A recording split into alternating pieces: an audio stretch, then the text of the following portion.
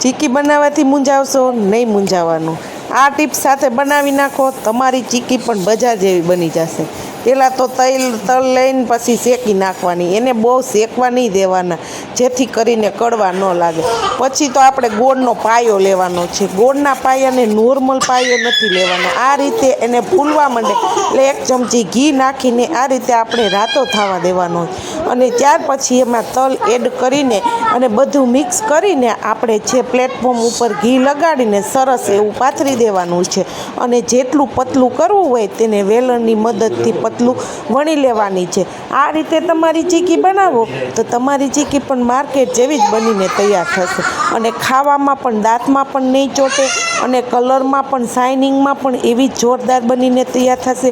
તો હવે તમારે મૂંઝાવાની જરૂર નથી, તમે પણ આ રીતે ચીકી બનાવો અને મોજ માણો અને ખાવામાં પણ એવી જ, જેથી કરીને તમારા ઘરના સભ્યોને